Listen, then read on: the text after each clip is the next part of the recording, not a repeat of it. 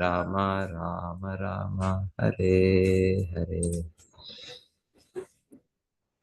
ದೇವೇ ಅಮರ್ಷತ್ಯಸೌ ದೇವೋ ನರದೇವ ವಪುರ್ ಹರಿಹಿ ಕೃಚ್ರ ಪ್ರಾಣ ಪ್ರಜಾಹೇಶ ರಕ್ಷಿಷ್ಯತಿ ಅಂಜಸಾ ಅಂಜಸೇಂದ್ರವತ್.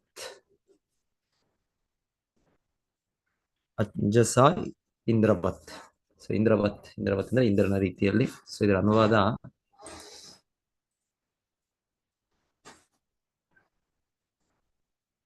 ಮಳೆಯಾಗದೆ ಜನರು ನೀರಿನ ಅಭಾವದಿಂದ ವಿಪತ್ತಿಗೆ ಸಿಲುಕಿದಾಗ ಈ ದೇವೋತ್ತಮ ಪರಮಪುರುಷನು ದೇವೇಂದ್ರರಂತೆ ಮಳೆಗರೆಯಲು ಶಕ್ತನಾಗುತ್ತಾನೆ. ಪ್ರಜೆಗಳು ಕ್ಷಾಮಡಾಮರಗಳಿಂದ ಬಳಲದಂತೆ ರಕ್ಷಿಸುತ್ತಾನೆ. ಋತು ಮಹಾರಾಜನನ್ನು ಇಲ್ಲಿ ಸೂರ್ಯನಿಗೂ ಚಂದ್ರನಿಗೂ ಹೋಲಿಸುವುದು ಅತ್ಯಂತ ಸೂಕ್ತವಾಗಿದೆ. ಓಕೆ, ಸೊ ಒಂದೊಂದು ಇಲ್ಲಿ ವಿವರಣೆ. ಪೃಥು ಮಹಾರಾಜರ ದಿವ್ಯ ಗುಣಗಳು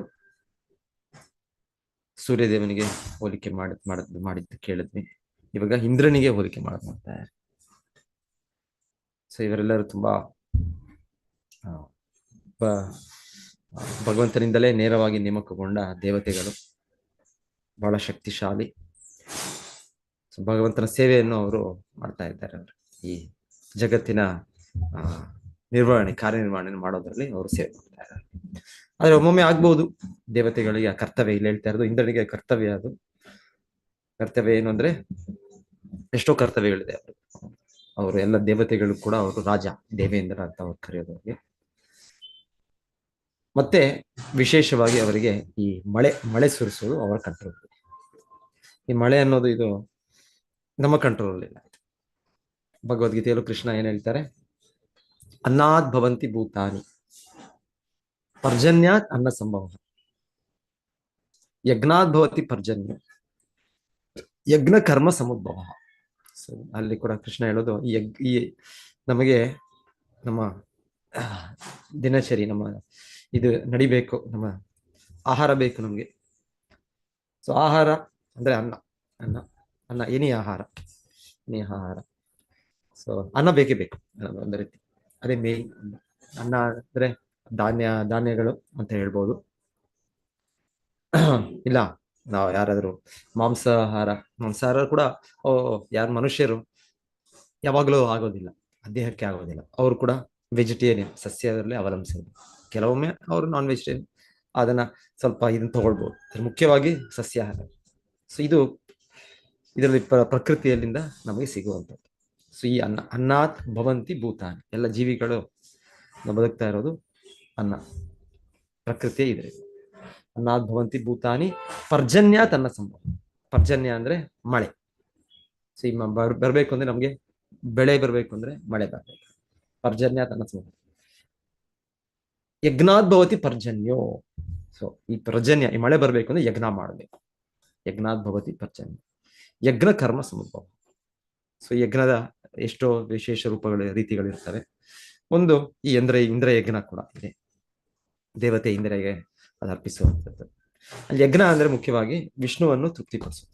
ಯಜ್ಞೋ ವೈ ವಿಷ್ಣು. ಸೊ ಅವನನ್ನು ತೃಪ್ತಿಪಡಿಸಿದ್ರೆ ಆಟೋಮ್ಯಾಟಿಕ್ಲಿ ಇಂದ್ರನು ಕೂಡ ಅವರು ನಮಗೆ ಈಗಿನ ಮಳೆಯನ್ನು ಒದಗಿಸ್ತಾರೆ. ಸೊ ಯಜ್ಞ ಇದು ಬೇಕಿದೆ, ಮಾಡಬೇಕು. ಇಲ್ಲ ಅಂದ್ರೆ ಈ ಮಳೆ ಇವಾಗ ನೋಡ್ತೀವಿ ನಾವು, ಮಳೆ ಐದರ್ ಅನಾವೃಷ್ಟಿ ಅಂದ್ರೆ ಮಳೆನೇ ಬರೋದಿಲ್ಲ. ಒಂದೊಂದ್ಸಲ ಬರಗಾಲ, ಒಂದೊಂದ್ಸಲ ಅತಿವೃಷ್ಟಿ ತುಂಬಾ ಸುರಿಮಳೆ ಬರುತ್ತೆ. ಪ್ರವಾಹಗಳಾಗುತ್ತೆ ಅದರಿಂದ. ಮತ್ತೆ ಇರೋ ಬೆಳೆಗಳು ಕೂಡ ನಾಶ ಆಗುತ್ತೆ. ಮತ್ತೆ ಇನ್ನ ಹಾಗೆ ಪ್ರವಾಹ ಹೆಚ್ಚಾದ್ರೆ ಬೇಕಾದ್ರೆ ಒಂದು ಹಳ್ಳಿಗಳೇ ಕೊಚ್ಚಿ ಹೋಗ್ಬೋದು. ಸೊ ಮಳೆ ಸರಿಯಾದ ಮಟ್ಟಕ್ಕೆ, ಸರಿಯಾದ ರೀತಿಯಲ್ಲಿ ಅತಿ ಹೆಚ್ಚು ಇರಬಾರ್ದು, ಅತಿ ಕಡಿಮೆನೂ ಇರಬಾರ್ದು. ಸೊ ಈ ಜವಾಬ್ದಾರಿ, ಈ ನಿರ್ವಹಣೆ ಇಂದ್ರದೇವರಿಗೆ. ಸೊ ಹೇಳ್ತಾರೆ, ಒಬ್ಬ ರಾಜನು, ಇಲ್ಲಿ ನರದೇವ ಅಂತ ಇವರಿಗೂ ಕೂಡ ಹೇಳ್ತಾ ಇರೋದು, ನರದೇವ ವಪುರ್ ಹರಿಹಿ. ನರದೇವ ವಪುರ್ ಹರಿ, ಇವರು ಸಾಕ್ಷಾತ್ ಶಕ್ತ್ಯಾವೇಶ ಅವತಾರ ಪೃಥು ಮಹಾರಾಜ. ಸೊ ಭಗವಂತನ ಪ್ರತಿನಿಧಿಸಿ ಅವರಾಗಿದ್ರೆ ಎಲ್ಲವೂ ವ್ಯವಸ್ಥಿತವಾಗಿರುತ್ತೆ. ಮಳೆನೂ ಕೂಡ ಹೇಳ್ತಾರೆ, ಉತ್ತಮವಾದ ಮಳೆ ಅಂದ್ರೆ ಹೇಗೆಂದ್ರೆ, ನಮಗೆ ಹಗಲಿನಲ್ಲಿ ಎಷ್ಟೋ ಕೆಲಸಗಳಿರ್ತವೆ, ಎಷ್ಟೋ ಕಾರ್ಯಗಳಿರ್ತವೆ.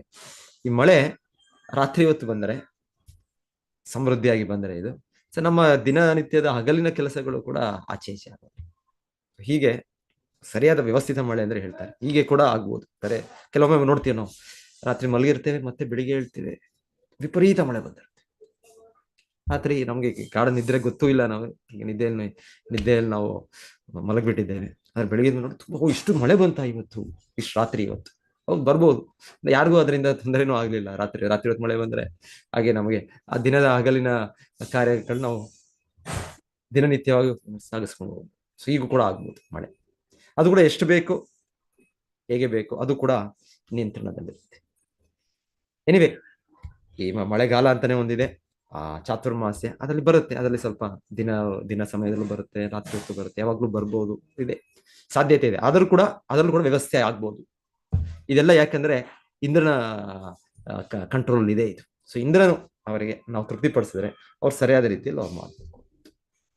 ಸೊ ಇದನ್ನ ನಾವು ವಿಜ್ಞಾನಿಗಳು ಇಲ್ಲ ನಾವೇ ಏನೋ ಮಾಡ್ತೇವೆ, ನಾವೇ ಒಂದು ಯಂತ್ರದ ಇದರಿಂದ ಮಳೆ ಬರೆಸ್ತೇವೆ. ಮಳೆ ಇದೆ, ನೀರಿದೆ, ಬೇಕಾದಷ್ಟು ನೀರಿದೆ. ಸಮುದ್ರದಲ್ಲಿ ಏನೋ ಕೊರತೆ ಇದೆ. ಸಮುದ್ರದಲ್ಲಿ ಏನು ಕೊರತೆ ಇಲ್ಲ, ಎಷ್ಟು ಲೀಟರ್. ಆದ್ರೆ ಅದನ್ನ ನಾವು ನಮ್ಮ ಕೆಲಸ ನಮಗೆ ಆಗೋದಿಲ್ಲ. ಅದಕ್ಕೆ ಈ ದೇವತೆಗಳಿದ್ದಾರೆ. ಸೂರ್ಯನು ಹೇಳಿದಾಗೆ ಸೂರ್ಯನು ಅದನ್ನು ಹವೆಯಾಗಿ ಮಾಡಬೇಕು, ಮತ್ತೆ ಗಾಳಿಯ ಮೂಲಕ ಅದನ್ನು ಮೋಡಗಳ ಇದಾಗಿ ಪರಿವರ್ತನೆ ಮಾಡಬೇಕು. ಮತ್ತೆ ಅದು ಇಲ್ಲಿ ನಮ್ಮ ಎಲ್ಲಿ ಭೂಮಿ ಇರುತ್ತೆ ಆ ಪ್ರದೇಶಕ್ಕೆ ಬರಬೇಕು. ವಿಶೇಷವಾಗಿ ಅದು ಕೂಡ ಹೇಳ್ತಾರೆ, ಬೆಟ್ಟಗಳು ಆ ತುದಿಗಳಲ್ಲಿ ಅದು ಮೋಡಗಳು ಹೆಚ್ಚಾಗಿ ಬರುತ್ತೆ. ಒಂದು ರೀತಿ ಬರೋದ್ರಿಂದ ಅದು ಮತ್ತೆ ಅಲ್ಲಿ ಸುರಿದು ಅಲ್ಲಿಂದ ನದಿಗಳಾಗಿ ಹರಿದು ಬರ್ಬೋದು. ಈ ತರ ಎಲ್ಲ ಇದೆ, ವ್ಯವಸ್ಥೆ ತುಂಬಾ ಇದೆ. ಸೊ ಮತ್ತೆ ಇಂದ್ರನ ಇದಿದೆ. ಇಂದ್ರನ ಮೋಡಗಳನ್ನು ಅವರ ವಜ್ರ ಆಯುಧ ಇದೆ.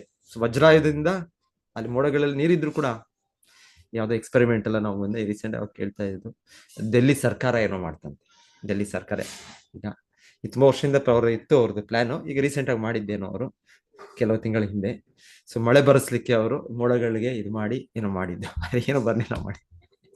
ಅದಕ್ಕೆ ಎಷ್ಟೋ ಖರ್ಚು, ಅದಕ್ಕೆ ಎಷ್ಟೋ ಕೋಟಿಗಟ್ಟಲೆ ಎಷ್ಟೋ ಖರ್ಚಾಯ್ತು, ಹಣ ಹೋಯ್ತು, ಹಣ ವ್ಯರ್ಥ ಆಯ್ತು, ಅದ್ರ ಮಳೆ ಬರ್ಲಿಲ್ಲ. ಸೊ ಇವರ ವಿಜ್ಞಾನಿಗಳ ಶೋಧನೆ ಈ ರೀತಿ ನಡೀತಾ ಹೋಗುತ್ತೆ ಇವರದ್ದು ಇಲ್ಲ. ಸೊ ಇದೆಲ್ಲ ಏನು ಬೇಕಾಗಿಲ್ಲ. ಭಗವದ್ಗೀತೆಯಲ್ಲಿ ಹೇಳಿದಾಗೆ ಈ ಜಲಚಕ್ರ ಮುರಳೀಧರ ಪ್ರಭುನು ಹೇಳ್ತಾ ಇದ್ದಾರೆ, ಇಲ್ಲಿ ಜಲಚಕ್ರ ಇದೆ. ಜಲಚಕ್ರ ಅಂದ್ರೆ ಜಲ ಇದೆ, ಹಾಗೆಲ್ಲ ಇದೆ, ಭೂಮಿಯಲ್ಲೇ ಇದೆ, ಎಲ್ಲೋ ಇನ್ನೆಲ್ಲಿ ಬೇರೆ ಲೋಕದಿಂದ ತರೋದು ಬೇಕಾಗಿಲ್ಲ. ನಮ್ಮ ಭೂಲೋಕದಲ್ಲೇ ಇದೆ ನೀರು. ಆದ್ರೆ ಅದನ್ನು ನಮಗೆ ಉಪ್ಪು ನೀರನ್ನು ಬಿಟ್ಟು ನಮಗೆ ಅದು ಫಿಲ್ಟರ್ ಆಗಿ ಕರೆಕ್ಟ್ ಆಗಿ ಬರೋದ್ ರೀತಿಯಲ್ಲಿ ಅದಕ್ಕೆ ಒಂದು ವ್ಯವಸ್ಥೆ ಇದೆ, ಆ ಜಲಚಕ್ರ. ಸೊ ಆ ಜಲಚಕ್ರದ ಅದರಲ್ಲಿ ನಾವು ಧಾರ್ಮಿಕವಾಗಿದ್ರೆ ಅದು ಇಂದ್ರದೇವರು ಕೂಡ ನಮಗೆ ಒದಗಿಸ್ಕೊಡ್ತಾರೆ. ಅವ್ರದ್ದು ಮುಖ್ಯ ನಿರ್ವಹಣೆ ಇದೆ ಅದು. ಸೊ ಇನ್ನ ಹೇಳ್ತಾರೆ, ಆ ಮಳೆ ಇದನ್ನು ಬಂದಾಗ ಬೆಟ್ಟಗಳ ಇದ್ರ ಮೇಲೆ ಅತಿ ಹೆಚ್ಚು ಬಂದು ಅಲ್ಲಿ ಕೂಡ ಅದು ಹಿಮಗಳ ಮೂಲಕ ಅದು ಸ್ಟೋರ್ ಆಗತ್ತಂತೆ. ಹಾಗಾಗಿ ನೀವು ನೋಡ್ತೀರಾ, ನೀವು ಇದು ಬೆಟ್ಟದ ಇದರಿಂದ ವರ್ಷವಿಡೀ ಇದು ನದಿಯ ಇದು ಬರ್ತಾ ಇರುತ್ತೆ. ಎಲ್ಲಿಂದ ಬರುತ್ತೆ? ಮಳೆ ಇಲ್ಲ, ಎಲ್ಲಿ ಶ್ರೀಲ ಪ್ರಭುಪಾದರು ಹೇಳ್ತಾರೆ, ಇದು ವಾಟರ್ ಟ್ಯಾಂಕ್ ಇದ್ದಾಗೆ. ಯಾವುದು? ಬೆಟ್ಟಗಳ ತುದಿ. ಕಾವೇರಿ ನೋಡ್ತೀವಿ, ಕಾವೇರಿ ಇದು ಈ ಕಡೆ ಸಹ್ಯಾದ್ರಿ ಪಶ್ಚಿಮ ಘಟ್ಟದಿಂದ ಆಚೆಯಿಂದ ಅದು ಹರಿದು ಹೋಗುತ್ತೆ.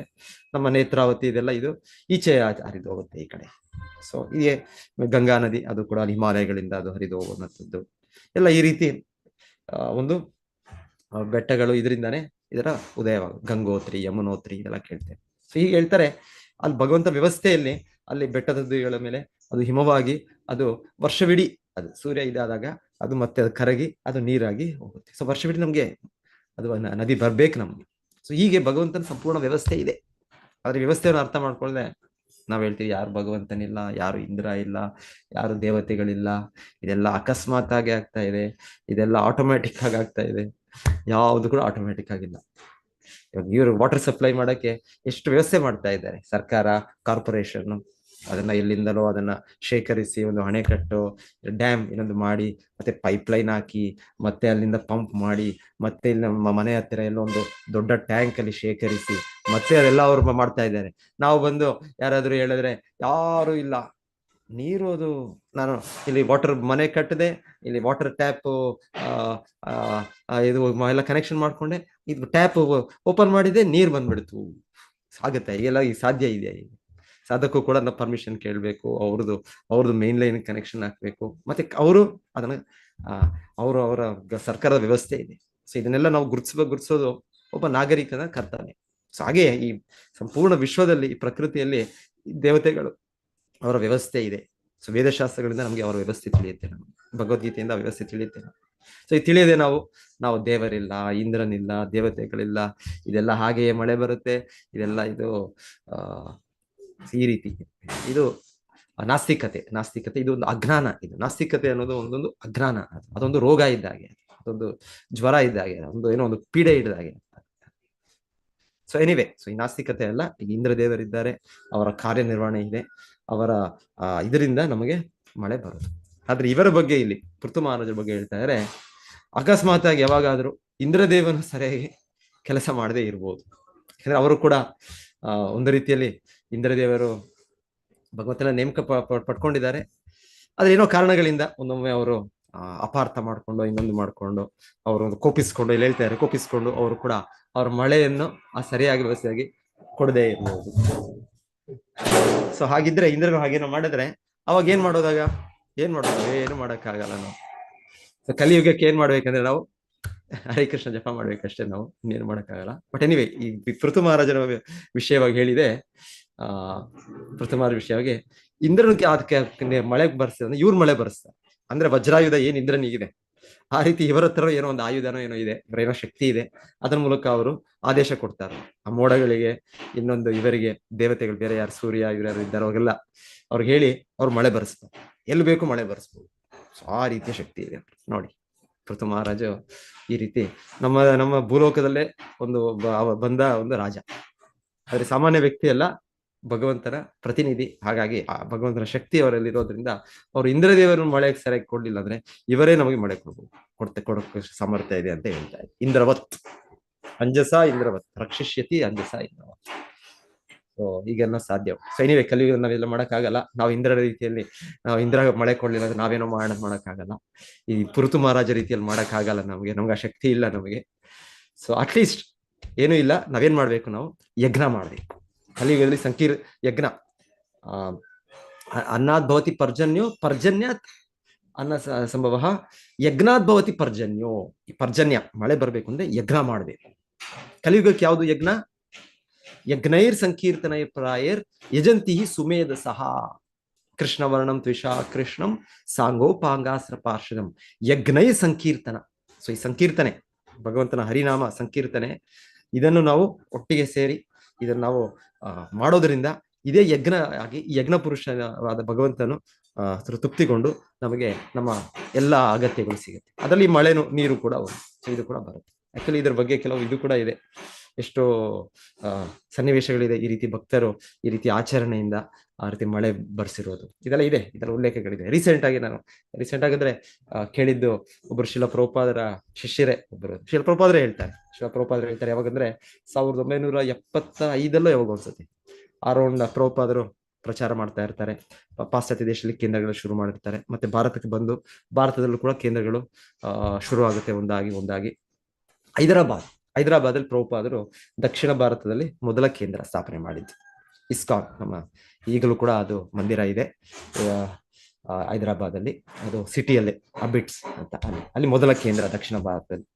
ಸೊ ಎನಿವೆ, ಆ ಮಾಡೋ ಸಮಯದಲ್ಲಿ ಅಲ್ಲಿ ತುಂಬಾ ಬರಗಾಲ, 1-2 ವರ್ಷ ಅನ್ಸುತ್ತದೆ ಆ ಸಮಯದಲ್ಲಿ. ನೀವು ಯಾರಾದ್ರೂ, ನಾನು ಹುಟ್ಟಿರ್ಲಿಲ್ಲ, ಸೊ ನನಗೆ ಗೊತ್ತಿಲ್ಲ, ಆಗ ಯಾರಾದ್ರೂ ನಿಮಗೆ ಗೊತ್ತಿರ್ಬೋದು, 1970, 75, 76 ಎಮರ್ಜೆನ್ಸಿ ಆ ಟೈಮಲ್ಲೆಲ್ಲ 1-2 ವರ್ಷ ಮುಂಚೆ ಅಂತ, 3 ವರ್ಷ 73, 74 ಯಾವ್ದಿರ್ಬೋದು.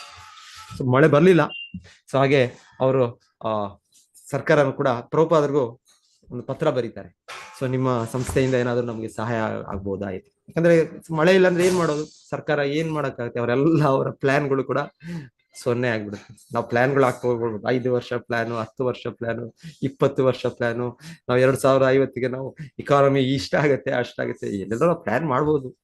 ಆದ್ರೆ ಇದಕ್ಕೆ ಭಗವಂತನು ಇದನ್ನು ಅನುಗ್ರಹಿಸಿದ್ರೆ, ಪ್ರಕೃತಿಯು ನಮಗೆ ಸಹಾಯ ಮಾಡಿದ್ರೆ ಆಗುತ್ತೆ, ಇಲ್ಲ ಅಂದ್ರೆ ಏನು ಕೂಡ ಕೈಗೊಳ್ಳೋದು. ಸೊ ಹೀಗೆ ಅವರು ಆ ಸ್ಥಿತಿಯಲ್ಲಿ ಇದ್ದಾಗ ಸೊ ಶಿಲ ಪ್ರಭುಪಾದರು, ಅಫ್ಕೋರ್ಸ್ ಶಿಲ ಪ್ರಭುಪಾದರು ಸಹಾಯ ಮಾಡ್ತಾರೆ, ಅವರ ಬೇರೆ ಕಡೆ ಇದರಿಂದ ಎಲ್ಲ ಅದು ವ್ಯವಸ್ಥೆ ಆದ್ರೆ ವಿಶೇಷವಾಗಿ ಶ್ರೀಲ ಪ್ರಭುಪಾದರು ಬರೀತಾರೆ, ಅವ್ರು ಹೇಳ್ತಾರೆ ಇದಕ್ಕೆ ಮೂಲ ಕಾರಣ ಏನು ಅಂತ ನೀವು ಶೋಧಿಸಬೇಕು. ಯಾಕೆ ಮಳೆ ಬರ್ತಾ ಇಲ್ಲ, ಯಾಕೆ ಯಾಕೆ ಯಾಕೆ ಅಂದ್ರೆ ಜನರು ನಾವು ಅಧಾರ್ಮಿಕರಾಗ್ತಾ ಇದ್ದೇವೆ, ಜನರು ಯಜ್ಞವನ್ನು ಪಾಲನೆ ಮಾಡ್ತಾ ಇಲ್ಲ. ಹಾಗಾಗಿ ನಾವು ಯಜ್ಞವನ್ನು ಪಾಲನೆ ಮಾಡಿದ್ರೆ ಮಳೆ ಬರುತ್ತೆ. ಸೊ ಶ್ರೀಲ ಪ್ರಭುಪಾದರು ಮತ್ತೆ ಅವ್ರ ಕೇಂದ್ರಗಳಲ್ಲಿ ಏನ್ ನಡೆಯುತ್ತೆ, ದಿನನಿತ್ಯ ಸಂಕೀರ್ತನೆ ನಡೆಯುತ್ತೆ. ಮತ್ತೆ ಭಕ್ತರು ಹೊರಗೆ ಹೋಗಿ ಸಂಕೀರ್ತನೆ ಮಾಡ್ತಾರೆ. ಅವ್ರಿಗೇನು ಬೇರೆಯವರು ಅಂದ್ರೆ ಜನರಲಿ ಅವರು ಕರಿಬೇಕು, ಅವ್ರಿಗಿಂದ ಆಯೋಜಿಸ್ಬೇಕು, ಬನ್ನಿ ನೀವು ಇಷ್ಟ ರೀತಿ ಬನ್ನಿ ನಿಮ್ಗೆ ಭಜನೆ ಮಾಡಿ. ಇಸ್ಕಾನ್ ಅವ್ರಿಗೆ ಯಾರು ಆತರ ಕರೆಯೋದಿಲ್ಲ, ಜನರಲಿ ಇಸ್ಕಾನ್ ಅವರೇ ಹೋಗ್ತಾರೆ. ಎಲ್ಲ ಕೇಂದ್ರಗಳು, ಎಲ್ಲ ನಗರಗಳಲ್ಲಿ ಎಲ್ಲಿದ್ರಲ್ಲೂ ಅವರೇ ಸಂಕೀರ್ತನೆ ಮಾಡ್ಕೊಂಡು ಹೋಗ್ತಾರೆ. ಜನರು ಹೇಗಾದ್ರೂ ಮಾಡಿ ಅವ್ರನ್ನ ಜಪ ಮಾಡ್ಲಿ, ಅವ್ರಿಗೆ ಸಂಕೀರ್ತನೆ ಕೇಳಲಿ ಅಂತ ಹೋಗ್ತಾರೆ. ಸೊ ಏನೇ ಶ್ರೀಲ ಪ್ರಭುಪಾದ ಶಿಷ್ಯರು ಆ ರೀತಿ ಪ್ರಭುಪಾದರ ಆದೇಶದಿಂದ ಹೈದರಾಬಾದ್ ಎಲ್ಲ ಮಾಡಿ ಮತ್ತೆ ಮಳೆ ಬರುತ್ತಲ್ಲಿ. ಇದು ನಡೆದಿರೋ ಘಟನೆ. ಪ್ರಭುಪಾದ ಹೇಳ್ತಾರೆ ನೋಡಿ, ಇದು ಪ್ರೂಫ್, ಇದು ಸಾಕ್ಷಿ, ಇದು ಹೇಗೆ ಇದ್ರು ಕೂಡ ಮಳೆ ಬರಂಗ್ ಆರಂಭ ಆಗಿದೆ. ಸೊ ಸಂಕೀರ್ತನ ಯಜ್ಞ ಮಾಡಿದ್ರೆ ಆಗತ್ತೆ. ಸೊ ಅದೇ ರೀತಿಯಲ್ಲಿ ನನಗೆ ನೆನಪಿರೋ ರೀತಿಯಲ್ಲಿ ನಂತರ 1980 ದಶಕದಲ್ಲಿ ಅನ್ಸುತ್ತೆ, 80s ಅಲ್ಲಿ ಶ್ರೀಲ ಪ್ರಭುಪಾದ ಶಿಷ್ಯರು ಕಮಾಲ್ ಕೃಷ್ಣ ಮಹಾರಾಜ್. ಸೊ ಅವರ ಶಿಷ್ಯರು ಕೂಡ ಎಲ್ಲ ಇಂಡೋನೇಷ್ಯಾ ಎಲ್ಲ ಪ್ರಚಾರ ಮಾಡುವ ಇದೇ ರೀತಿ ಬರಗಾಲ. ಆಗ ಅವರು ಹೇಳ್ತಾರೆ ನೋಡಿ ಮಳೆ ಬರುತ್ತೆ ಅಂತ ಅವರು ಸಂಕೀರ್ತನೆ ಮಾಡಿ ಬರೆಸ್ತಾರೆ. ಇದೊಂದು ಕೂಡ ಘಟನೆ 1980s ಅಲ್ಲಿ ನಡೆದು ಇಂಡೋನೇಷ್ಯಾನ ಎಲ್ಲ ಶ್ರೀಲ ಶಿಷ್ಯರು ಆ ರೀತಿ. ಎಷ್ಟು ನಂಬಿಕೆ ನೋಡಿ, ನಮಗೆ ನಂಬಿಕೆ ಇಲ್ಲ ಭಾರತೀಯರಾಗಿ, ನಮ್ಮ ವೇದ ಮಾತುಗಳಲ್ಲಿ ಭಗವದ್ಗೀತೆಯ ಮಾತುಗಳು ನಮಗೆ ನಂಬಿಕೆ ಇಲ್ಲ. ಹೌದಾ, ಇದು ಸಂಕೀರ್ತನೆ ಮಾಡಿದ್ರೆ ಮಳೆ ಬಂದ್ಬಿಡುತ್ತಾ, ಬರೋದಿಲ್ಲ, ನಮಗೆ ಒಂದೊಂದ್ಸಲ ಸಂಶಯ ಕೂಡ ಆಗುತ್ತೆ. ಯಾಕಂದ್ರೆ ನಮಗೆ ಇನ್ನ ಆಧ್ಯಾತ್ಮಿಕ ಮುನ್ನಡೆ ಸಾಧಿಸಿಲ್ಲ, ಮತ್ತೆ ನಮ್ಮ ಶಾಸ್ತ್ರದ ಮೇಲೆ ಅಷ್ಟು ನಂಬಿಕೆ. ಆದ್ರೆ ಆಚಾರ್ಯರನ್ನು ಆಶ್ರಯಿಸಿದವರು ಪಾಶ್ಚಾತ್ಯ ಜನರಾದ್ರೂ ಕೂಡ, ಅವರು ಅಮೆರಿಕನ್ ಅವರು ಆದ್ರೆ ಮಹನೀಯರು, ಅವರು ನಂಬಿಕೆ ಎಷ್ಟು. ಶ್ರೀಲ ಪ್ರಭುಪಾದರು ಹೇಳಿದ್ದಾರೆ, ಶಾಸ್ತ್ರ ಹೇಳ್ತಾ ಇದೆ ಮಳೆ ಬರಬೇಕು ಅಂದ್ರೆ ಸಂಕೀರ್ತನ ಯಜ್ಞ ಮಾಡಬೇಕು, ಸಂಕೀರ್ತನ ಯಜ್ಞ ಖಂಡಿತವಾಗಿ ಬರುತ್ತೆ. ಸೊ ಹಾಗೆ ಅವರು ಮಾಡಿ ತೋರಿಸಿದ್ರು ಅವರು. ಸೊ ಈ ರೀತಿಯ ಘಟನೆ ಕೂಡ ನಾನು ಕೇಳಿದ್ದೇನೆ. ಸೊ ಹೀಗೆ ಇದು ಪುತು ಮಹಾರಾಜರು ಸಾಮಾನ್ಯ ವ್ಯಕ್ತಿ ಅಲ್ಲ. ಸೊ ಅವರು ಮಳೆ ಇಲ್ಲದೆ ಇರುವಾಗ ಮಳೆ ಬರ್ಸೋ ಶಕ್ತಿ. ಸೊ ಮತ್ತೆ ಪ್ರಭುಪಾದ ಭಾವಾರ್ಥದಲ್ಲಿ ಹೇಳ್ತಾ ಇದ್ದಾರೆ, ಕೃಷ್ಣನು ಕೂಡ ಈ ರೀತಿ ಮಾಡಿದ್ದೀನಿ. ಕೃಷ್ಣನ ಏನ್ ಮಾಡಿದ್ದು, ಕೃಷ್ಣನು ಈ ರೀತಿ ಮಳೆ ಬರ್ಸಿದ್ದಂತಲ್ಲ, ಕೃಷ್ಣನ ಸ್ವತಃ ತನ್ನ ಲೀಲೆಗಳಲ್ಲಿ, ವೃಂದಾವನ ಲೀಲೆಗಳಲ್ಲಿ ಮಳೆ ಇಂದ್ರನು ವಿಪರೀತ ಮಳೆ ಬರ್ಸಿತ್ತು. ಇಂದ್ರನಿಗೆ ಶಕ್ತಿ ಇದೆ, ಇಂದ್ರನಿಗೆ ಕೋಪ ಬಂದು ನನ್ನ ಇಂದ್ರ ಯಜ್ಞವನ್ನು ನಿಲ್ಲಿಸ್ಬಿಟ್ನ ಈ ಕೃಷ್ಣ, ಈ ಪುಟ್ಟ ಬಾಲಕ, ಯಾರಿದು, ಇದು ಇಷ್ಟು ಚೇಷ್ಟೆ, ನನ್ನ ಇದನ್ನು ಯಜ್ಞವನ್ನು ನಿಲ್ಸೋದಾ, ಯಾವ್ದೋ ಗೋವರ್ಧನಗಿರಿ, ಯಾವ್ದೋ ಗೋ ಯಜ್ಞ, ಇದು ಯಾವ್ದೋ ಮಾಡ್ತಾ ಇದ್ದಾರಾ. ಯಾಕಂದ್ರೆ ಕೃಷ್ಣನು ತಂದೆ ನಂದ ಮಹಾರಾಜರು ಎಲ್ಲ ವ್ಯವಸ್ಥೆ ಮಾಡಿರ್ತಾರೆ, ಎಲ್ಲ ರೆಡಿ ಅರೇಂಜ್ಮೆಂಟ್, ಇಂದ್ರನಿಗೆ ಆಹ್ವಾನ ಎಲ್ಲ, ಇನ್ವಿಟೇಷನ್ ಎಲ್ಲ ಹೋಗಿದೆ ಎಲ್ಲ. ಆದ್ರೆ ಅಲ್ಲಿ ಕೊನೆಗೆ ಈ ಕೃಷ್ಣ ಹೇಳೋದು, ಅಗತ್ಯ ಇಲ್ಲ, ಇಂದ್ರ ಯಜ್ಞದ ಅಗತ್ಯ ಇಲ್ಲ. ಯಾಕಂದ್ರೆ ಕೃಷ್ಣ ನೋಡಿದ್ದಾರೆ ಇಂದ್ರನು ಸ್ವಲ್ಪ ಕೋಪ, ಸ್ವಲ್ಪ ಅಹಂಕಾರದಿಂದ ತಾನೇ ದೊಡ್ಡ ವ್ಯಕ್ತಿ ಅಂತ ಅನ್ಕೊಂಡಿದ್ದಾನೆ. ಸೊ ಒಮ್ಮೊಮ್ಮೆ ಆಗತ್ತೆ ಈ ರೀತಿ ಜೀವನದಲ್ಲಿ, ಒಂದು ಸನ್ನಿವೇಶದಲ್ಲಿ ನಾವು ನಮ್ಮಲ್ಲೇ ಒಂದು ಗರ್ವವನ್ನು, ಅಹಂಕಾರವನ್ನು ಬೆಳೆಸ್ಕೊಂಡ್ಬಿಡ್ತೇವೆ. ನಮ್ಮ ಸ್ಥಿತಿಯನ್ನು ಮರ್ತೋಗ್ಬಿಡ್ತೇವೆ. ನಾವು ಕೃಷ್ಣನ ಚಿಕ್ಕ ಯಾವ ಒಂದು ಇದಕ್ಕೂ ಬೆಲೆ ಇಲ್ಲದ ಸೇವಕರನ್ನು ಅದು ಮರ್ತೋಗ್ಬಿಡ್ತೇವೆ.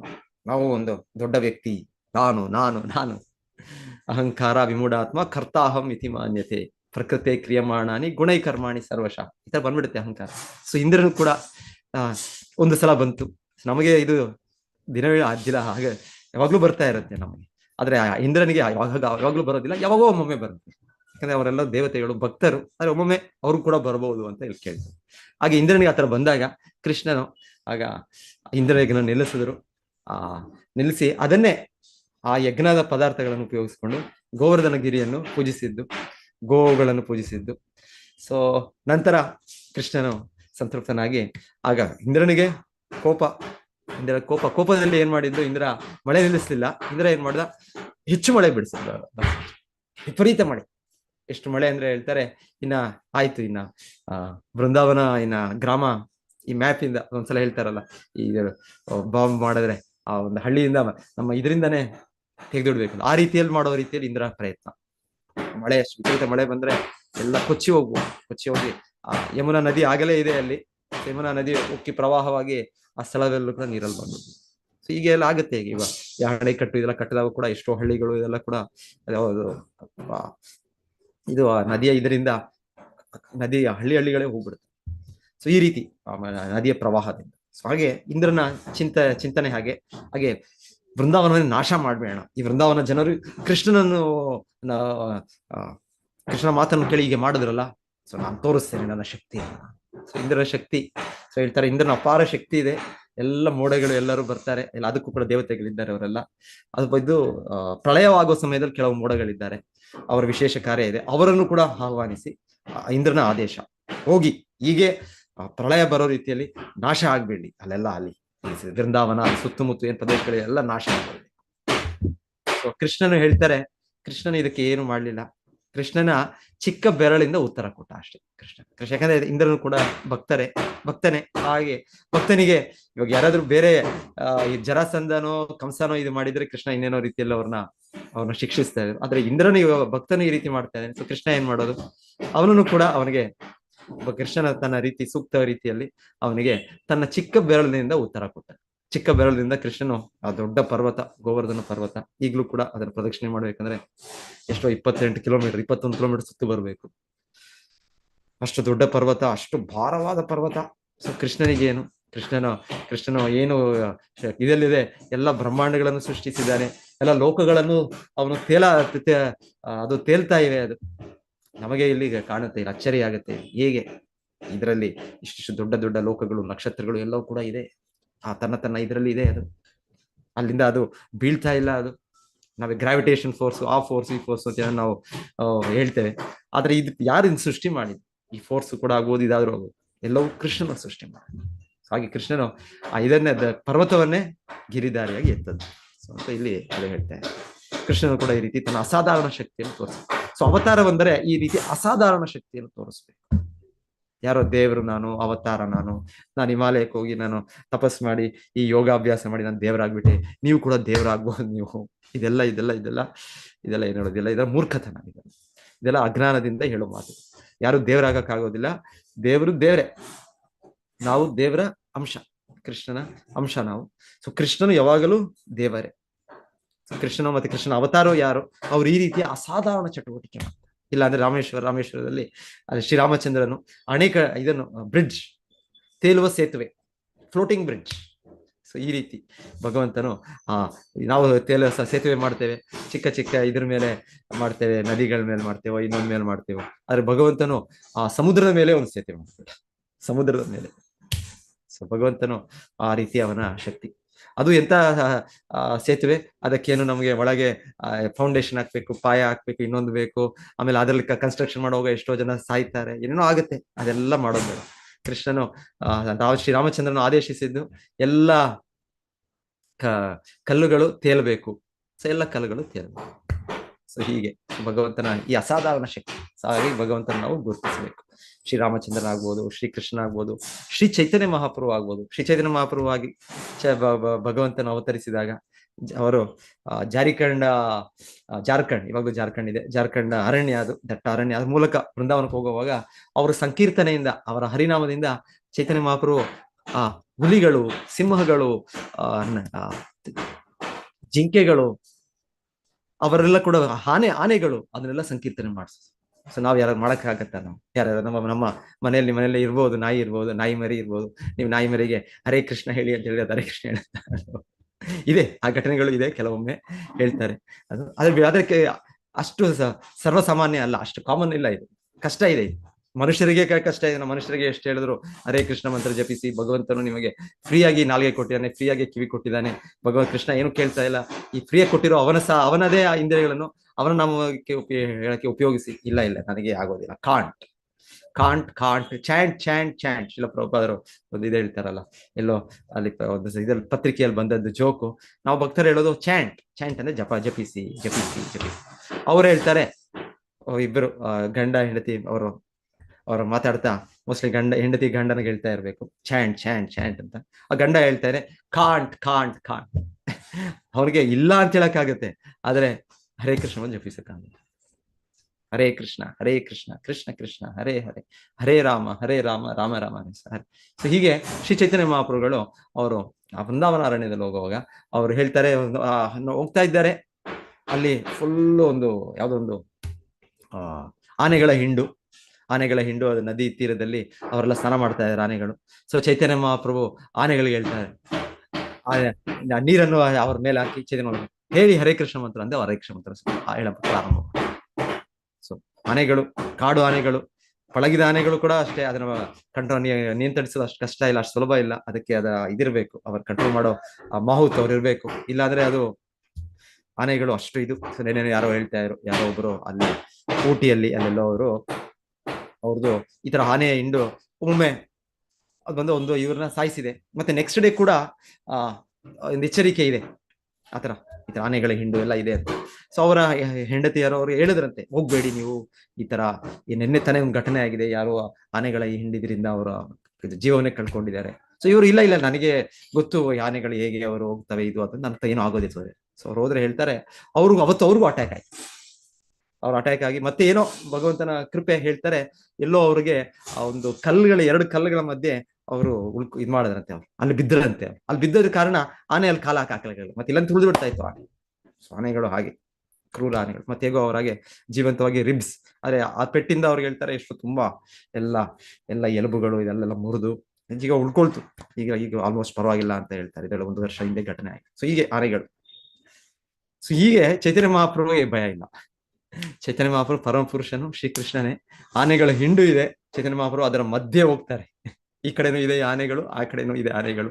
ಚೈತನ್ಯ ಮಹಾಪ್ರಭು ಅದರ ಮಧ್ಯೆ ಹೋಗಿ ಎರಡು ಕಡೆ ಇದಕ್ಕೆ ಆನೆಗಳಿಗೆ ಹರೇ ಕೃಷ್ಣ ಹೇಳಿ, ಹರಿ ಬೋಲ್ ಅಂತ ಹೇಳಿದ್ರೆ ಎಲ್ಲ ಆನೆಗಳು ಹರೇ ಕೃಷ್ಣ ಹೇಳಕ್ ಶುರು ಮಾಡಿ ಅವ್ರು ಕುಣಿಯಕ್ಕೆ ಶುರು ಮಾಡ್ತವೆ ಆನೆಗಳು. ಮತ್ತೆ ಒಂದು ಸಿಂಹನ ಒಂದು ಹುಲಿ ಯಾವುದು ಅಲ್ಲಿರುತ್ತೆ, ಚೈತನ್ಯ ಮಹಾಪ್ರಭು ಅದು ಮಲಗಿರುತ್ತೆ ಅದು. ಸೊ ಚೈತನ್ಯ ಮಹಾಪ್ರಭು ಹೋಗಿ ತನ್ನ ಕಾಲಗಳಿಂದ ಅದಕ್ಕೆ ಸ್ಪರ್ಶ ಮಾಡ್ತಾರೆ. ಸೊ ಹೇಳಿದ್ದೆ, ಅದು ಕೂಡ ಎಚ್ಚರಿಕೆಗೊಂಡು ಅದು ಕೂಡ ಹರೇ ಕೃಷ್ಣ ಹೇಳಕ್ಕೆ ಶುರು ಮಾಡುತ್ತೆ. ಮತ್ತೆ ಅಲ್ಲಿರುವ ಇನ್ನ ಜಿಂಕೆಗಳು ಅದೆಲ್ಲವೂ ಸೇರಿ ಈ ಜಿಂಕೆ, ಹುಲಿ, ನರಿ, ಆನೆಗಳು ಎಲ್ಲವೂ ಸೇರಿ ಜೊತೆಗೆ ಸಂಕೀರ್ತನೆ ಮಾಡಕ್ ಶುರು ಮಾಡುತ್ತೆ. ಮತ್ತೆ ಇದೆಲ್ಲ ಹಾಗಾಗಿ ಇದೆಲ್ಲ ಅಸಾಧ್ಯವಾದ ಚಟುವಟಿಕೆ. ಸೊ ಒಂದು ಚಿತ್ರ ಇದೆ, ಹೇಗೆ ಚೈತನ್ಯ ಮಹಾಪ್ರಭು ಈ ರೀತಿ ಎಲ್ಲ ಪ್ರಾಣಿಗಳನ್ನು ಜಾಲಕಂಡ ಇದರಲ್ಲಿ ಅವರು ಜಪ ಮಾಡ್ಸಕ್ಕೆ ಆರಂಭಿಸಿದರು. ಅವ್ರಿಗೂ ಕೂಡ ಕೃಷ್ಣ ಪ್ರೇಮವನ್ನು ತಕ್ಷಣವೇ ಅವರು ಅನುಗ್ರಹಿಸಿದ್ರು ಚೈತನ್ಯ ಮಹಾಪ್ರಭು. ನಮೋ ಮಹಾವದಾನ್ಯಾಯ ಕೃಷ್ಣ ಪ್ರೇಮ ಪ್ರದಾಯತೆ ಕೃಷ್ಣಾಯ ಕೃಷ್ಣ ಚೈತನ್ಯ ನಾಮನೆ ಗೌರತ್ ವಿಷಯ ನಮಃ. ಸೊ ಇದು ಭಗವಂತನ ಅಸಾಧಾರಣ ಚಟುವಟಿಕೆ. ಇದರಿಂದ ನಾವು ಭಗವಂತನ ಅವತಾರಗಳು ಗುರುತಿಸಬೇಕು. ನಾವು ಮೋಸ ಹೋಗ್ಬಾರ್ದು, ನಾವು ವಂಚನೆ ಆಗ್ಬಾರ್ದು. ನಾವು ಭಗವಂತನ ಬುದ್ಧಿ ಕೊಟ್ಟಿದ್ದಾನೆ ನಮಗೆ ಮನುಷ್ಯ ಜನ್ಮದಲ್ಲಿ. ಪ್ರಾಣಿಯಲ್ಲಿ ಬುದ್ಧಿ ಇಲ್ಲ, ಏನ್ ಮಾಡೋದು ಅವ್ರಿಗೆ ಗೊತ್ತಾಗೋದಿಲ್ಲ. ಮನುಷ್ಯನಾಗಿ ನಮಗೆ ಹುಟ್ಟಿದ ಮೇಲೆ ನಮಗೆ ಬುದ್ಧಿ ಇದೆ. ಆ ಬುದ್ಧಿಯನ್ನು ಸರಿಯಾದ ರೀತಿಯಲ್ಲಿ ಉಪಯೋಗಿಸ್ಬೇಕು. ನಾವೊಂದು ಜ್ಞಾನದಿಂದ, ಶಾಸ್ತ್ರದಿಂದ ನೋಡ್ಬೇಕು, ಶಾಸ್ತ್ರ ಚಕ್ಷುಷ. ಸೊ ನಾವು ಅವ್ರೇನೋ ಹೇಳಿದ್ರು, ಇವ್ರೇನೋ ಹೇಳಿದ್ರು, ಅವ್ರೇನೋ ಒಂದು ಪವಾಡ ತೋರಿಸಿದ್ರು, ಅದೇನೋ ಒಂದು ಇದು ಮಾಡಿದ್ರು ಹಾಗೆ ಅಂತ ನಾವು ಮೋಸ ಹೋಗ್ಬಾರ್ದು. ನಮ್ಮ ಮಾನವ ಜನ್ಮವನ್ನು ನಾವು ನಾಶ ಮಾಡ್ಕೊಳ್ಬಾರ್ದು. ಮಾನವ ಜನ್ಮ ನಮಗೆ ವಿಶೇಷವಾದ ಜನ್ಮ. ಭಗವಂತನು ಹಾಗೆ ನಮ್ಗೆ ವಿಶ್ಲೇಷಣೆ ಮಾಡುವ ಬುದ್ಧಿಯನ್ನು ಕೊಟ್ಟಿದ್ದಾನೆ, ಜ್ಞಾನವನ್ನು ಕೊಟ್ಟಿದ್ದಾನೆ. ಯಾವುದು ಸರಿ, ಯಾವುದು ತಪ್ಪು, ಯಾವ ಪಥವನ್ನು ಸ್ವೀಕರಿಸಬೇಕು, ಯಾವದನ್ನು ತ್ಯಜಿಸಬೇಕು, ಎಲ್ಲವೂ ಕೂಡ ವಿಶ್ಲೇಷಣೆ ಮಾಡುವ ಶಕ್ತಿಯನ್ನು ಕೊಟ್ಟಿದ್ದಾನೆ. ನಾವು ಸರಿಯಾದ ರೀತಿಯಲ್ಲಿ ಶಾಸ್ತ್ರದಿಂದ ಅರ್ಥ ಮಾಡ್ಕೊಂಡು ನಾವು ಮಾಡ್ಬೇಕು. ಓಕೆ, ಸೊ ನಾನು ಇವತ್ತಿಗೆ ಇದು ಮುಗಿಸ್ತೇನೆ. ಇವತ್ತದು ಆಕ್ಚುಲಿ ಇವತ್ತು ಹಾಗೆ ಆಚಾರ್ಯರು ಯಾರೋ ಹುಟ್ಟಿದ ದಿವಸ ಇವತ್ತು. ಯಾರಾದ್ರೂ ಹುಟ್ಟಿದ ದಿವಸ ಅಲ್ಲ, ಈಶ್ವರಪುರಿ ಪ್ರಭುಜಿ ದಿವಸ, ಈಶ್ವರಪುರಿ ದ್ವಾದಶಿ ಇವತ್ತು, ಏಕಾದಶಿ ನೆನ್ನೆ. ಯಾರಿಗಾದ್ರೂ ನೆನಪಿದ್ಯಾ ಯಾರು ಇವತ್ತು? ಈಶ್ವರಪುರಿ ಪ್ರಭುಜಿ. ಯಾರು ಈಶ್ವರಪುರಿ? ಯಾರಿವರು? ಚೈತನ್ಯ ಮಹಾಪ್ರಭುಗಳ ಗುರುಗಳು, ರೂಪಾದರ ಗುರುಗಳು. ಇಲ್ಲ, ಚೈತನ್ಯ ಎಲ್ಲ ಗುರುಗಳೇ, ಎಲ್ಲರೂ ಗುರುಗಳೇ. ಗುರು ಪರಂಪರೆಯಲ್ಲಿ ದೀಕ್ಷೆ ತಗೊಂಡವರು.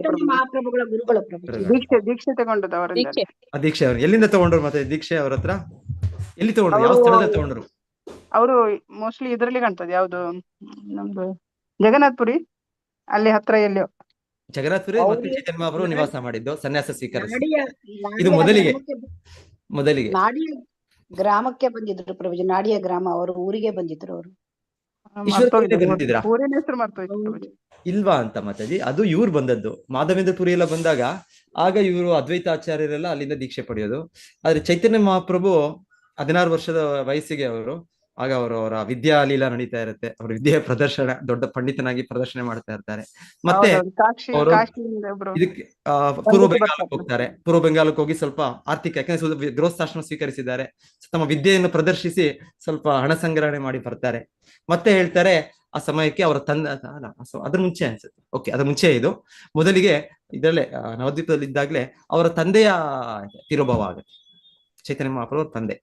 ಸೊ ಆಗ ಚೈತನ್ಯ ಮಹಾಪ್ರಭು ಏನ್ ಮಾಡ್ತಾರೆ, ಅದನ್ನು ಇವಾಗ ಏನು ನಮ್ಮ ಪದ್ಧತಿಗಳು, ಒಂದು ನದಿಯಲ್ಲಿ ಒಂದು ತೀರ್ಥಕ್ಷೇತ್ರದಲ್ಲಿ ಹೋಗಿ ಇದನ್ನು ಮಾಡಬೇಕು, ಆ ಕ್ರಿಯೆಗಳನ್ನು ಮಾಡಬೇಕು. ಹಾಗೆ ಚೈತನ್ಯ ಮಹಾಪ್ರಭು ಎಲ್ಲಿ ಹೋಗ್ತಾರೆ, ಆಗ ಅವ್ರ ತಂದೆ ಇದೆಲ್ಲ ತೆಗೆದುಕೊಂಡು ಹೋಗಿ ಅವರು ಏನು ನಾವು ಯಮುನಾ ನದಿ ಅಂತ, ಯಮುನಾ ನದಿ ದೂರ ಇದೆ, ಗಯಾ ಗಯಾ ಹೌದು. ಚೆಕ್ ಮಾಡಿ ಮಾತಾಡಿ. ನನಗೆ ನೆನಪಿರೋ ಪ್ರಕಾರ ಗಯಾ ಅಲ್ಲಿ ಭೇಟಿ ಮಾಡ್ತಾರೆ, ಯಾರನ್ನ, ಈಶ್ವರಪುರಿನ. ಸೊ ಗಯಾ ಈಗ ಕೂಡ ಗಯಾ ಈಗ ಪ್ರಾಂತ್ಯದಲ್ಲಿ ಇಲ್ಲಿ ಹೇಗೆ ನಾವಿಲ್ಲಿ ದಕ್ಷಿಣದಲ್ಲಿ ನಾವಿಲ್ಲಿ ಇದು ಶ್ರೀರಂಗಪಟ್ಟಣ ಹೋಗ್ತೀವೋ, ಇಲ್ಲ ನಿನ್ನೆಲ್ಲಾದ್ರೂ ಇಲ್ಲಿ ಅವರು ನೇತ್ರಾವತಿ ಇಲ್ಲೆಲ್ಲೋ ಮಾಡ್ತಾರೋ, ಮಂಗಳೂರು ಕಡೆನವರು. ಸೊ ಒಂದೊಂದು ಅವ್ರವ್ರ ಹತ್ರ ಅದು ವಿಶೇಷವಾದ ಇದು ಸ್ಥಳಗಳಿದೆ. ಗೋದಾವರಿಯಲ್ಲಿ ಮಾಡ್ತಾರೆ ಸ್ವಲ್ಪ ಜನ, ಇಲ್ಲಿ ದಕ್ಷಿಣದಲ್ಲಿ ಅಲ್ಲೂ ಕಾವೇರಿಯಲ್ಲಿ ಮಾಡ್ತಾರೆ, ಬೇರೆ ಅಲ್ಲಿ ಉತ್ತರದಲ್ಲಿ ಹೆಚ್ಚಾಗಿ. ಮತ್ತೆ ಗಯೆಯ ಒಂದು ಇದೇನಂದ್ರೆ ಅಲ್ಲಿ ಮಾಡಿದ್ರೆ ಮತ್ತೆ ಮಾಡೋ ಇದು ಕೂಡ ಇಲ್ಲ ಅಂತ ಹೇಳ್ತಾರೆ, ಒಮ್ಮೆ ಮಾಡಿದ್ರೆ ಸಾಕು ಅಂತ ಹೇಳ್ತಾರೆ. ಆ ರೀತಿ ಪಿತೃ ಕಾರ್ಯಗಳು ಕೂಡ ಅಲ್ಲಿ ಒಂದ್ಸಲ ಮಾಡಿದ್ರೆ ಅಲ್ಲಿ ಫಿನಿಶ್, ಇನ್ನೇನ್ ಮತ್ತೆ ನೀವು ಮಾಡೋ ಅಗತ್ಯ ಕೂಡ ಇಲ್ಲ, ಆ ರೀತಿಯ ಒಂದು ಮಾತು ಕೂಡ ಇದೆ ಗಯೆಯಲ್ಲಿ. ಅಲ್ಲಿ ವಿಷ್ಣು ಪಾದ ಇದೆ ಅಲ್ಲಿ. ಸೊ ಅಲ್ಲಿ ಚೈತನ್ಯ ಮಹಾಪ್ರಭು ಅವರ ಗುರುಗಳಾದ ಈಶ್ವರಪುರಿಯನ್ನು ಭೇಟಿ ಮಾಡ್ತಾರೆ. ಸೊ ಈಶ್ವರಪುರಿಯನ್ನು ಭೇಟಿ ಮಾಡಿದ್ಮೇಲೆ ಚೈತನ್ಯ ಮಹಾಪ್ರಭುಗಳಿಗೆ ಅವರು ದೀಕ್ಷೆ ಕೊಟ್ಟು ಈ ಹರೇ ಕೃಷ್ಣ ಮಂತ್ರ ಜಪಿಸ್ಲಿಕ್ಕೆ ಹೇಳ್ತಾರೆ. ಸೊ ಮತ್ತೆ ಏನಾಗುತ್ತೆ, ಚೈತನ್ಯ ಮಹಾಪ್ರಭುಗೆ ಹರೇ ಕೃಷ್ಣ ಮಂತ್ರ ಜಪಿಸ ಪ್ರಾರಂಭ ಮಾಡಿದ್ಮೇಲೆ ಈಶ್ವರಪುರಿ ಅವರು ಜಪಿಸುತ್ತಾ ಅವ್ರಿಗೆ ಹುಚ್ಚು ಹಿಡ್ದಂಗ ಆಗ್ಬಿಡುತ್ತೆ, ಅದನ್ನ ಹೇಳ್ತಾರಲ್ಲ ಪ್ರಭುಜಿ, ಜಪಿತಲ್ಲೂ ಹುಚ್ಚು ಹಿಡ್ದಂಗ ಆಗೋಗ್ತದೆ ಹೇಳಿ. ನಮಗೆ ಗುರುಗಳ ಹತ್ರ ಹೋಗಿ ಕೇಳ್ತಾರೆ ಅವರು, ಗುರುಗಳ ಹತ್ರ ಹೋಗಿ ಕೇಳ್ತಾರೆ ಅವ್ರನ್ನ, ಯಾಕೆ ಎಂತ ಕೊಟ್ಟಿದ್ದೀರಿ ಮಂತ್ರ, ನನಗೆ ಹುಚ್ಚು ಹಿಡಿಯೋಂಗ ಆಗ್ಬಿಟ್ಟಿದೆ ಇದು ಹೇಳಿದಾಗ. ಅದಕ್ಕೆ ಅವ್ರು ಹೇಳ್ತಾರೆ, ಇದರಿಂದ ಅವರು ಈ ಮಂತ್ರವೇ ಹಾಗೆ ಅಂತ ಹೇಳ್ತಾರೆ ಅವರು, ಭಾವಪರವಶರಾಗ್ತಾರೆ ಅವರು. ಮತ್ತೆ ಏನ್ ಹೇಳ್ತಾರೆ ಆದೇಶ, ಅದಕ್ಕೆ ಏನ್ ಮಾಡ್ಬೇಕು ಚೈತನ್ಯ ಮಹಾಪ್ರಭು ಅಂತ ಹೇಳ್ತಾರೆ ಈಶ್ವರಪುರಿ. ಸೊ ನೀನು ಹುಚ್ಚನಾಗ್ಬಿಟ್ಟೆ ಈ ಕೃಷ್ಣ ಪ್ರೇಮದಿಂದ, ನೀನು ಎಲ್ಲ ವಿಶ್ವವನ್ನು ಹುಚ್ಚನಾಗಿ ಮಾಡು ಅಂತ ಅವರ ಗುರುಗಳು ಆದೇಶ ಈಶ್ವರಪುರಿಗಳು ಚೈತನ್ಯ ಮಹಾಪ್ರಭು. ಸೊ ಚೈತನ್ಯ ಮಹಾಪ್ರಭು ಸಾಕ್ಷಾತ್ ಕೃಷ್ಣನೇ. ಸೊ ಆದರೆ ಇದರ ಲೀಲೆ ಅವರು ಒಂದು ನಮ್ಗೆ ತೋರಿಸಿದ್ದು, ಗುರುವನ್ನು ಸ್ವೀಕರಿಸಬೇಕು, ಒಬ್ಬ ಆಚಾರ್ಯರನ್ನು ಸ್ವೀಕರಿಸಬೇಕು. ಸೊ ಈಶ್ವರಪುರಿಗಳು ಈ ಗುರುಶ್ರೀ ಪರಂಪರೆಯಲ್ಲಿ ಅವರ ಗುರುಗಳು ಮಾಧವೇಂದ್ರ ಪುರಿ, ಅವರ ಗುರುಗಳು ಲಕ್ಷ್ಮೀಪತಿ ತೀರ್ಥ. ಸೊ ಹೀಗೆ ಗುರು ಪರಂಪರೆಯಲ್ಲಿ ಸೊ ಚೈತನ್ಯ ಮಹಾಪ್ರಭು ಅವ್ರನ್ನ ಅವ್ರನ್ನ ಸ್ವೀಕರಿಸುವ ಅಗತ್ಯ ಇಲ್ಲ ಚೈತನ್ಯ ಮಹಾಪ್ರಭುಗಳಿಗೆ. ಆದ್ರೂ ಕೂಡ ಚೈತನ್ಯ ಮಹಾಪ್ರಭು ನಮಗೆ ಇಲ್ಲ, ನಾವು ಕೃಷ್ಣನು ಕೂಡ ಸ್ವೀಕರಿಸಿದರು, ಸಾಂದೀಪನಿ ಮುನಿಯನ್ನು ಸ್ವೀಕರಿಸಿದರು, ಶ್ರೀರಾಮಚಂದ್ರನು ಕೂಡ ವಾಲ್ಮೀಕಿಯವರು, ವಶಿಷ್ಠ, ವಿಶ್ವಾಮಿತ್ರ ಅವರೆಲ್ಲ ಮಾರ್ಗದರ್ಶನ ಪಡೆದರು ಅವರು. ಸೊ ಭಗವಂತನೇ ನಮಗೆ ತೋರಿಸೋದು, ಇದು ಬೇಕು, ಇದು ಅಗತ್ಯ, ಇದು ಗುರುಶ್ರೀ ಪರಂಪರೆ ಅಗತ್ಯ ಅಂತ. ಸೊ ಈಶ್ವರಪುರಿಗಳು ಆಚಾರ್ಯರು ಚೈತನ್ಯ ಮಹಾಪ್ರಭುವಿನ ಗುರುಗಳು. ಇನ್ಫ್ಯಾಕ್ಟ್ ಈಶ್ವರಪುರಿ ಅವರು ಹೇಳ್ತಾರೆ, ಹೇಗೆ ಅವ್ರಿಗೆ ಇದು ಶಕ್ತಿ ಸಿಕ್ತು. ಶಕ್ತಿ ಅಂದ್ರೆ ಭಗವಂತನು ಚೈತನ್ಯ ಯಾಕೆ ಅವರಿಂದ ದೀಕ್ಷೆಯನ್ನು ಪಡೆದದ್ದು, ಅದಕ್ಕೂ ಒಂದು ಕಾರಣ ಹೇಳಿ. ಎಷ್ಟೋ ಕಾರಣಗಳಿರ್ಬೋದು. ಮಾಧವೇಂದ್ರ ಪುರಿ ಅವರ ಗುರುಗಳಾಗಿದ್ರು ಮಾಧವೇಂದ್ರ ಪುರಿ. ಆಗ ಅವರಿಗೆ ತುಂಬಾ ವಯಸ್ಸಾಗಿತ್ತು, ಅವರ ಸೇವೆಯನ್ನೇ ಇವರು ತುಂಬಾ ಚೆನ್ನಾಗಿ ಮಾಡಿದ್ದಾರೆ. ಸೊ ಆ ಮಾಧವೇಂದ್ರ ಪುರಿ ಅವರಿಗೆ ತುಂಬಾ ಖುಷಿಯಾಗಿ ಶ್ರೀಕೃಷ್ಣ ಭಗವಂತನೇ ನಿನಗೆ ಶಿಷ್ಯ ಆಗ್ಬೇಕು ಅಂತ ಅನುಗ್ರಹ ಕೊಟ್ಟಿದ್ದಾರೆ ಅವರಿಗೆ ಪ್ರಭುಜಿ. ಹರೇ ಕೃಷ್ಣ. ಸೊ ಅದಕ್ಕೆ ಹೇಳ್ತಾರೆ ಈಶ್ವರಪುರಿ ಎಷ್ಟು ರೀತಿಯಲ್ಲಿ ಇವಾಗ ಅತಿ ವಯಸ್ಸಾದಾಗ ವೃದ್ಧಾವಸ್ಥೆಯಲ್ಲಿ ನಿಶಕ್ತಿ ಆಗುತ್ತೆ, ಇನ್ನೊಂದು ರೋಗಗಳಿರುತ್ತೆ, ಇನ್ನೊಂದಿರುತ್ತೆ, ಹಾಗೆಲ್ಲ ಇದ್ದಾಗ ಮಾಧವೇಂದ್ರ ಪುರಿ ದೊಡ್ಡ ಆಚಾರ್ಯರು. ಸೊ ಹೇಳ್ತಾರೆ ಅದೊಂದು ಭಾಗ್ಯ. ಆಕ್ಚುಲಿ ಅವರ ಆ ರೀತಿಯ ದೇಹದ ಸ್ಥಿತಿ ಅದು ಇವ್ರಿಗೆ ಈಶ್ವರಪುರಿ ಅದನ್ನು ತನ್ನ ಭಾಗ್ಯ ಅಂತ ಸ್ವೀಕರಿಸಿ ಅವ್ರಿಗೆ ಎಲ್ಲ ರೀತಿಯಲ್ಲೂ ಅವ್ರಿಗೆ ಸೇವೆ ಮಾಡಿದ್ದು ಅಂತ್ಯ ಸಮಯದಲ್ಲಿ. ಹೇಳ್ತಾರೆ ಮಾಧವೇಂದ್ರ ಪುರಿ ಅವ್ರು ಯೋಚನೆ ಮಾಡಿದ್ರು, ಮಾಧವೇಂದ್ರ ಪುರಿ ನನಗೆ ಇಷ್ಟು ಸೇವೆ ನನ್ನ ಶಿಷ್ಯನಿಗೆ ಮಾಡಿದ್ದು ಕೃಷ್ಣನೇ, ನೀನು ಇವರಿಗೆ ಅನುಗ್ರಹಿಸಬೇಕು ಅಂತ ಹೇಳ್ತಾರೆ. ಅವರೊಂದು ಕೇವಲ ಒಂದು ಕೃಷ್ಣನಿಗೆ ಒಂದು ಮಾತಿನ ಒಂದು ಪ್ರಾರ್ಥನೆ, ಒಂದು ಲೈನ್ ಮನವಿ ಅಷ್ಟೇ ಮಾಧವೇಂದ್ರ ಪುರಿ ಅವರು ಕೃಷ್ಣನಿಗೆ, ಈಶ್ವರಪುರಿ ಬಗ್ಗೆ. ಸೊ ಈಶ್ವರಪುರಿ ಅವರು ಅಷ್ಟು ದೊಡ್ಡ ಭಕ್ತರಾದ್ರು ಅಂದ್ರೆ ಚೈತನ್ಯ ಮಹಾಪ್ರಭು ಕೃಷ್ಣನೇ ಮತ್ತೆ ಅವರ ಶಿಷ್ಯತ್ವವನ್ನು ಸ್ವೀಕರಿಸಿದ್ರು. ಎಸ್, ಧನ್ಯವಾದಗಳು ಮಾತಾಡಿ. ಸೊ ಈಶ್ವರಪುರಿ ಹಾಗೆ ಹೇಳ್ತಾರೆ, ಇದು ಅತ್ತ ದೊಡ್ಡ ಭಕ್ತರಾಗ್ಬಿಟ್ರು, ಅವರ ಗುರುವಿನ ಸೇವೆಯಿಂದ ಅವರು ಆ ರೀತಿ ಅವರು ಪಡೆದ. ಮತ್ತೆ ಹೇಳ್ತಾರೆ ಈಶ್ವರಪುರಿ ಅವರು ಕೂಡ ಅವರ ತಿರೋಭಾವ ಆಗುತ್ತೆ ಈ ರೀತಿ ಇಲ್ಲಿ ಕೇಳ್ತಾರೆ. ಇವತ್ತು ತಿರೋಭಾವ ದಿವಸ ಇವತ್ತು. ನಂತರ ಆ ಸಮಯಕ್ಕೆ ಚೈತನ್ಯ ಮಹಾಪ್ರಭು ಸನ್ಯಾಸ ಸ್ವೀಕರಿಸಿರ್ತಾರೆ ಅನ್ಕೊಳ್ತೇನೆ. ಯಾಕಂದ್ರೆ ಚೈತನ್ಯ ಮಹಾಪ್ರಭು ಮತ್ತೆ ಅವ್ರ ಗುರುಗಳಿಂದ ದೀಕ್ಷೆ ಪಡೆದು ಮತ್ತೆ ವಾಪಸ್ಸು ನವದ್ವೀಪಕ್ಕೆ ಬರ್ತಾರೆ. ಮತ್ತೆ ಅವರ ಗೃಹಸ್ಥಾಶ್ರಮದ ಜೀವನ ಎಲ್ಲ ನಡೆಯುತ್ತೆ. ಆದ್ರೆ ಆ ಸಂಕೀರ್ತನೆ ಆರಂಭ ಮಾಡ್ತಾರೆ. ಆಗ ಚೈತನ್ಯ ಮಹಾಪ್ರಭು ಈ ಈಶ್ವರಪುರಿನ ಭೇಟಿ ಮಾಡಿದ್ಮೇಲೆ, ಗಯೆಯಿಂದ ವಾಪಸ್ ನವದ್ವೀಪಕ್ಕೆ ಬಂದ್ಮೇಲೆ ಅವ್ರ ಸಂಪೂರ್ಣ ಬದಲಾವಣೆ ಆಗಿರುತ್ತೆ. ಎಲ್ಲರೂ ನೋಡ್ತಾರೆ. ಆಕ್ಚುಲಿ ಅದ್ರ ಮುಂಚೆನೆ ಇವರೆಲ್ಲ ಇರ್ತಾರೆ, ಶ್ರೀವಾಸ್ ಠಾಕೂರರು, ಅದ್ವೈತಾಚಾರ್ಯರು ಎಲ್ಲರೂ. ಆದ್ರೆ ಚೈತನ್ಯ ಮಹಾಪ್ರಭು ಅವ್ರಿಗೆ ಯಾವ ರೀತಿ ಇರ್ತಾರೆ ಅಂದ್ರೆ ಒಂದು ಪಂಡಿತರಾಗೆ ಇದ್ ಮಾಡ್ತಾ ಇರ್ತಾರೆ. ಎಲ್ಲರನ್ನು ಯಾರು ಕಾಣಿದ್ರು ಅವ್ರ ಜೊತೆ ಆರ್ಗ್ಯೂ ಮಾಡೋದು, ವಾದ ಮಾಡೋದು, ಅವ್ರನ್ನ ಸೋಲ್ಸೋದು, ತನ್ನ ಒಂದು ವಿದ್ವತ್ತನ್ನು ತೋರಿಸೋದು. ಕೇಶವ ಕಾಶ್ಮೀರ್ ದಿಗ್ಗಜ ಪಂಡಿತರು ಕೂಡ ಪಂಡಿತನನ್ನೇ ಇವ್ರು ಸೋಲ್ಸ್ಬಿಟ್ಟಿರ್ತಾರೆ ಚೈತನ್ಯ ಮಹಾಪ್ರಭು ಈ ರೀತಿ. ಆದ್ರೆ ಇಲ್ಲಿ ಈಶ್ವರಪುರಿ ಭೇಟಿ ಮಾಡಿ ಗಯೆಯಿಂದ ವಾಪಸ್ ಬಂದ್ಮೇಲೆ ಹೇಳ್ತಾರೆ, ಆಗ ಅವರ ಇದನ್ನು ದಿವ್ಯ ಚಟುವಟಿಕೆ ಸಂಕೀರ್ತನ ಪ್ರಚಾರ ಮಾಡೋದು ಆರಂಭಿಸ್ತಾರೆ ಚೈತನ್ಯ ಮಹಾಪ್ರಭು. ಮತ್ತೆ ಕೃಷ್ಣ ಕೃಷ್ಣ ಕೃಷ್ಣ ಅಂತ ಹೇಳಿಕೊಂಡು ಇಡೀ ನೆಲದಲ್ಲೆಲ್ಲ ಹೊರಳಾಡ್ತಿದ್ರಂತೆ. ಸೊ ಈ ಸಂಪೂರ್ಣ ನವದ್ವೀಪನೇ ಅವರು ಮತ್ತೆ ಭಕ್ತರಾಗಿ ಮಾಡ್ತಾರೆ ಚೈತನ್ಯ ಮಹಾಪ್ರಭು. ಅದರ ನಂತರ ಚೈತನ್ಯ ಮಹಾಪ್ರಭು ಅವರು ಸನ್ಯಾಸ ಸ್ವೀಕರಿಸ್ತಾರೆ, ಅದು ಅವರ ಲೀಲೆ. ನಂತರ ಆ ಸಮಯದಲ್ಲಿ ಏನು ಅನ್ಕೊಳ್ತೇನೆ ನಾನು, ಆ ಸಮಯದಲ್ಲಿ ಇವರು ಈಶ್ವರಪುರಿ ಅವರ ತಿರೋಭವ ಆಗುತ್ತೆ. ಸೊ ಈಶ್ವರಪುರಿ ಅವರು ತಿರೋಭವ ಆದ್ಮೇಲೆ ಈಶ್ವರಪುರಿ ಅವ್ರಿಗೆ ಇನ್ನ ಇಬ್ಬರು ಶಿಷ್ಯರು ಇರ್ತಾರೆ, ಬಹಳ ಶಿಷ್ಯರಿದ್ದಾರೆ. ಅದ್ರಲ್ಲಿ ಇನ್ನ ಇಬ್ಬರು ಶಿಷ್ಯರು ಏನು ನಿಮ್ಗೆ ಯಾರಾದ್ರೂ ನೆನಪಿದ್ಯಾ? ಈಶ್ವರಪುರಿ ಅವರ ಬೇರೆ ಶಿಷ್ಯರು, ಇತರ ಶಿಷ್ಯರು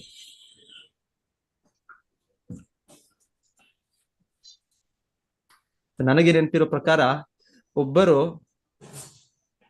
ಗೋವಿಂದ, ಇನ್ನೊಬ್ಬರು ಗೋವಿಂದ ಯಾವಾಗ್ಲೂ ಅವ್ರ ಜೊತೆಗೆ ಇರ್ತಾರಲ್ಲ ಪ್ರಭುಜಿ, ಅವರು ಎಲ್ಲಿ ಹೋಗ್ಬೇಕು ಅವ್ರ ಜೊತೆಗೆ ಇರ್ತಾರೆ. ಗೋವಿಂದ ಮತ್ತೆ ಇನ್ನೊಬ್ರು ಕಾಶೀಶ್ವರ ಅಂತ ನೋಡಿ, ಅದೆಲ್ಲ ಕಾಶೀಶ್ವರ ಅಲ್ಲ, ಸಾರಿ ನನಗೆ ಸ್ವಲ್ಪ ಕನ್ಫ್ಯೂಷನ್ ಇದೆ. ಚೈತನ್ಯ ಚರಿತಾಮೃತ ನೀವು ನೋಡಿ ಅದು. ಸೊ ಇವರಿಬ್ಬರು ಕೂಡ ಬರ್ತಾರೆ. ಎಲ್ಲಿ ಬರ್ತಾರೆ? ಚೈತನ್ಯ ಮಹಾಪ್ರಭು ಇರೋ ಕಡೆ ಬರ್ತಾರೆ, ಜಗನ್ನಾಥಪುರಿಗೆ.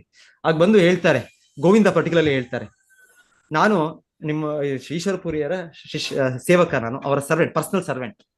ಹೇಗೆ ಈಶ್ವರಪುರಿಗಳು ಸೇವೆ ಮಾಡಿದ್ರು ಮಾಧವೇಂದ್ರಪುರಿಗೆ, ಸೊ ಆ ರೀತಿಯಲ್ಲಿ ಏನೋ ಗೋವಿಂದ ತುಂಬಾ ಸೇವೆ ಮಾಡಿದ್ರು ಈಶ್ವರಪುರಿಗೆ.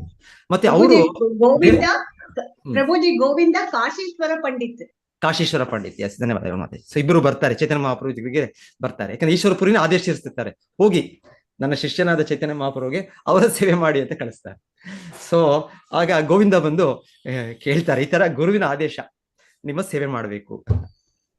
ಸೊ ಚೈತನ್ಯ ಮಹಾಪ್ರಭು ಹೇಳ್ತಾರೆ, ಇದು ಹೇಗೆ ಸಾಧ್ಯ? ಯಾಕಂದ್ರೆ ಇವರೆಲ್ಲ ಒಂದೇ ಗುರುವಿಂದ ಶಿಷ್ಯತ್ವ ಸ್ವೀಕರಿಸಿದ್ದು ಆಗಿರುವಾಗ ದೇವಭ್ರಾತೃಗಳು. ಹಾಗೆ ಆಮೇಲೆ ಇವರು ನಮ್ಮ ಗುರುಗೆ ಪರ್ಸನಲ್ ಸರ್ವೆಂಟ್, ತುಂಬಾ ಒಂದು ನಿಷ್ಠೆಯಿಂದ ಅವ್ರು ಸೇವೆ ಮಾಡಿದ ಸೇವೆ ಅವರು. ಸೊ ಅವರಿಂದ ನಾನು ಹೇಗೆ ಸೇವೆ ತಗೊಳ್ಳೋದು? ಸೊ ಚೈತನ್ಯ ಮಹಾಪ್ರಭುಗೆ ಒಂದು ಇದಾಗತ್ತೆ ಒಂದು. ಸೊ ಹಾಗೆ ಚೈತನ್ಯ ಮಹಾಪ್ರಭು ಒಬ್ಬ ಅವರ ಇನ್ನೊಬ್ಬರ ಆಚಾರ್ಯರು ಇರ್ತಾರೆ, ಮೋಸ್ಟ್ ಇನ್ನೊಬ್ರು ಯಾರು ಪುರಿ, ಯಾವ ಪುರಿ ಅವರು? ಈಶ್ವರಪುರಿ ಅವರ ದೇವಭ್ರಾತೃ ಅವರು. ಅವ್ರಿಗೆ ಯಾರೋ ಕೇಳ್ತಾರೆ, ರಾಮಚಂದ್ರ ಪುರಿ, ಅದು ಬೇರೆ ಅವರು ಇನ್ನೊಂದು ಲೆಸನ್, ಅದು ಇನ್ನೊಬ್ರು ಇದ್ದಾರೆ, ಪರಮಾನಂದ ಪುರಿನೋ ಯಾರು ಅನ್ಸುತ್ತೆ. ಚೈತನ್ಯ ಮಹಾಪ್ರಭು ಜೊತೆಗೆ ಸಂಗಡಿಗರು ಎಷ್ಟು ಬಹಳ ಜನ ಇವರು ಅಲ್ಲಿ ಜಗನ್ನಾಥಪುರಿ ನೆಲೆಸಿದ್ರು. ಅವರಿಗೆ ಕೇಳ್ತಾರೆ, ಏನ್ ಮಾಡೋದು ಈಗ? ನನ್ನ ಗುರುವಿನ ಆಜ್ಞೆ ಹೀಗಿದೆ, ಒಂದು ಕಡೆ ಗುರುವಿನ ಆಜ್ಞೆಯನ್ನ ತ್ಯಜಿಸೋ ಆಗಿಲ್ಲ, ಇನ್ನೊಂದು ಕಡೆ ಈ ರೀತಿ ಗುರುಗೆ ಸೇವೆ ಮಾಡಿದವರನ್ನ ನಾನು ಸೇವೆ ಸ್ವೀಕರಿಸೋದು ಅದು ಸರಿಯಲ್ಲ. ಸೊ ಸೊ ಹೇಳ್ತಾರೆ, ಗುರುವಿನ ಆಜ್ಞೆ ಮುಖ್ಯ, ಹಾಗಾಗಿ ನೀನು ಸ್ವೀಕರಿಸಬೇಕು ಅಂತ ಹೇಳಿ ಗೋವಿಂದನನ್ನು ಚೈತನ್ಯ ಮಹಾಪ್ರಭು ತನ್ನ ಪರ್ಸನಲ್ ಸರ್ವೆಂಟ್, ತನ್ನ ಸೇವಕನಾಗಿ ಸ್ವೀಕರಿಸ್ತಾರೆ. ಇದು ಈಶ್ವರಪುರಿ ಅವರ ಕೃಪೆಯಿಂದ ಗೋವಿಂದ ಅವರು ಶುದ್ಧ ಭಕ್ತರು. ಸೊ ಅವರಿಗೆ ಆ ರೀತಿಯ ಒಂದು ಚೈತನ್ಯ ಮಹಾಪ್ರಭುಗೆ ಸ್ವತಃ ಸೇವೆ ಮಾಡುವ ಒಂದು ಭಾಗ್ಯ ಸಿಗುತ್ತೆ. ಸೊ ಅದು ಕೂಡ ಇದೆ, ನೀವು ಹೇಳಿದಾಗೆ ರಾಮಚಂದ್ರಪುರಿ. ಸೊ ರಾಮಚಂದ್ರಪುರಿ ಮತ್ತೆ ಈಶ್ವರಪುರಿ, ಸೊ ಅವ್ರ ಬಗ್ಗೆ ಮಾತಾಜಿ ಹೇಳಿದಾಗೆ ಅವ್ರು ಗುರು ಸೇವಾ ಮಾಡಿದ್ರು ಈಶ್ವರಪುರಿ, ಹಾಗಾಗಿ ಅವ್ರು ಅಷ್ಟು ದೊಡ್ಡ ಭಕ್ತರಾದರು.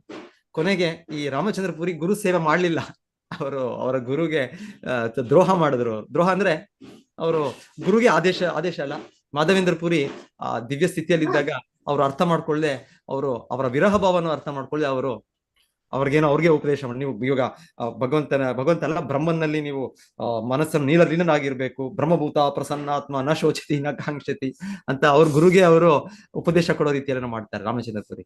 ಅದಾದ್ಮೇಲೆ ಅವ್ರು ಹೇಳ್ತಾರೆ, ಅವರು ದೊಡ್ಡ ಫಾಲ್ಟ್ ಫೈಂಡರ್, ಎಲ್ಲೋ ತಪ್ಪುಗಳು ಕಾಣೋ ಒಂದು ವ್ಯಕ್ತಿಗಳಾಗ್ಬಿಡ್ತಾರೆ. ಎಲ್ಲೋದ್ರು ಕೂಡ ಇದು ಸರಿ ಇಲ್ಲ, ಅಲ್ಲಿ ಅದು ಸರಿ ಇಲ್ಲ, ಇಲ್ಲಿ ಇದು ತಪ್ಪು. ಚೈತನ್ಯ ಮಹಾಪ್ರಭುಗಳಿಗೆ ಚೈತನ್ಯ ಮಹಾಪ್ರಭುಗಳ ರೂಮ್ ಎದುರಿಗೆ ಇರುವೆ ಇದ್ದಿತ್ತು, ಅದನ್ನು ತುಂಬಾ ಸ್ವೀಟ್ ತಿಂತೀರಿ ಅಂತ ಹೇಳ್ಬಿಟ್ರಂತೆ ಚೈತನ್ಯ ಮಹಾಪ್ರಭುವೇ ತಪ್ಪು ನೋಡ್ಬಿಟ್ರು ಅವ್ರು. ಹೀಗೆ ಆಕ್ಚುಲಿ ನಾವ್ ಈ ತರ ಬೆಳೆಸ್ಕೊಂಡ್ರೆ ಭಾವನೆಯನ್ನು, ನಾವು ಒಳ್ಳೆ ಗುಣ ನೋಡಿದ್ರೆ ಎಲ್ಲ ಕಡೆ ನೋಡ್ಬೋದು, ಈ ಭಕ್ತರಲ್ಲಿ ಈಗ ಒಳ್ಳೆ ಗುಣ ಇದೆ, ಆ ಭಕ್ತರಲ್ಲಿ ಒಳ್ಳೆ ಗುಣ ಇದೆ, ಇಲ್ಲಿ ಅದು ಇದೆ.